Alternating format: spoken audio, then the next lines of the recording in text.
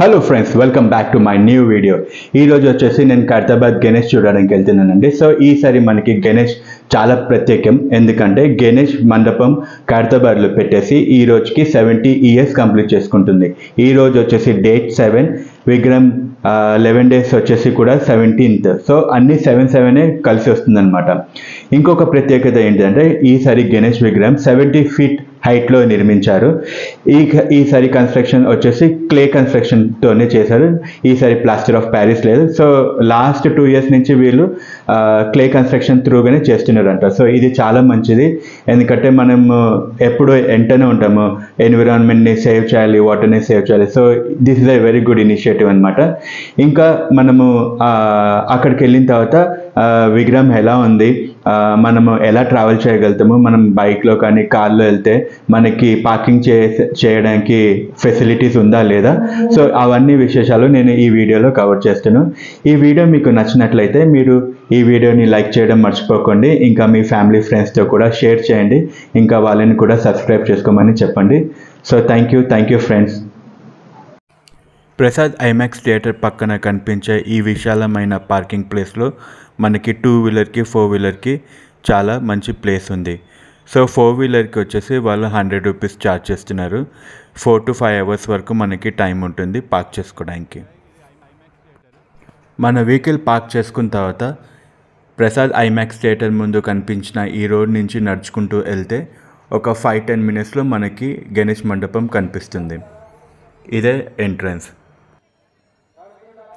ఈరోజు first day అయినందువలన చాలామంది భక్తులు దర్శనం చేసుకోవడానికి విచ్చేశారు.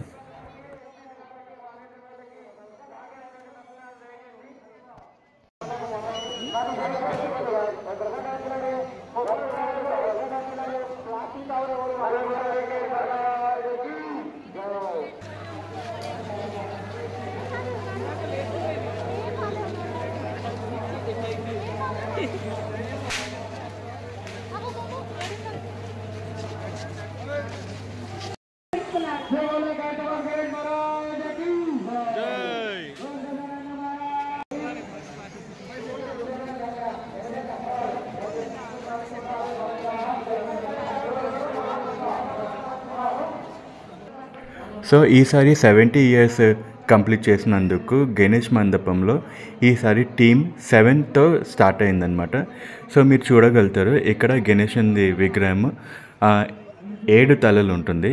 ఒకటి బ్రహ్మ, విష్ణు, మహేశ్వర, ఇంకొకటి వచ్చేసి సరస్వతి, లక్ష్మి, పార్వతీదేవులు. కింద కాలడుగున మీకు రాహుకేతువు, మళ్ళీ రైట్ సైడ్లో అయోధ్యలో ఉన్న రాముడు విగ్రహం కనిపిస్తుంది. బయటికి వచ్చిన తర్వాత మనకి లడ్డు ప్రసాదం కౌంటర్స్ కూడా ఉంటుంది. ఇక్కడ రేట్స్ వచ్చేసి 10, 20, 30 రూపీస్ నుంచి స్టార్ట్ అవుతుంది. అది అయిన తర్వాత మళ్ళీ మొత్తంకి బయటికి వచ్చిన తర్వాత ఇక్కడ పులిహోరాలు కూడా వీళ్ళు డిస్ట్రిబ్యూట్ చేస్తున్నారు. చాలా రష్ ఉంటే చాలా కష్టంగా దొరికింది.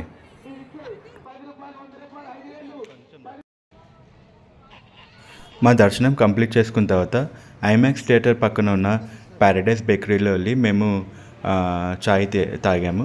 చాయ్ తాగిన తర్వాత మళ్ళీ బేగంపేటలో ఉన్న శ్రీ కేసరి హనుమాన్ టెంపుల్లో ఉన్న గణేశుని చూడడానికి బయలుదేరాము.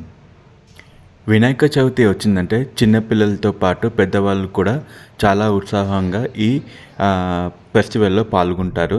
సో మీరు మీ సెలబ్రేషన్స్ ఎలా చేశారనేది కామెంట్స్లో నాకు షేర్ చేయండి. నేను పుట్టి పెరిగిన ప్లేస్ వచ్చేసి బేగంపేట. సో నాకు బేగంపేటలో ఉన్న ఈ శ్రీ కేసరి హనుమాన్ టెంపుల్లో ఉన్న గణేశుడు అంటే చాలా ఇష్టము. ఎందుకంటే మేము చిన్నప్పటి నుంచి ఇక్కడ ఈ ఫెస్టివల్ చాలా గ్రాండ్గా ఎంజాయ్ చేసేవాళ్ళం. సో ఎవ్రీ ఇయర్ నేను ఈ టెంపుల్కి కంపల్సరీ వచ్చి విజిట్ చేసి నా దర్శనం చేసుకొని వెళ్తాను.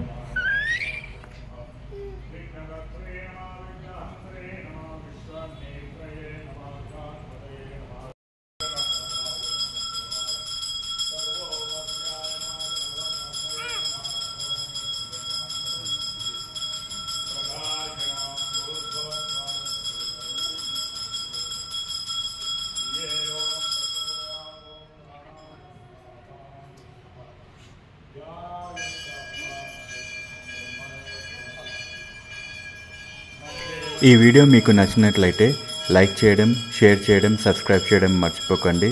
ఇంకా మీ అందరికీ వినాయక చవితి శుభాకాంక్షలు.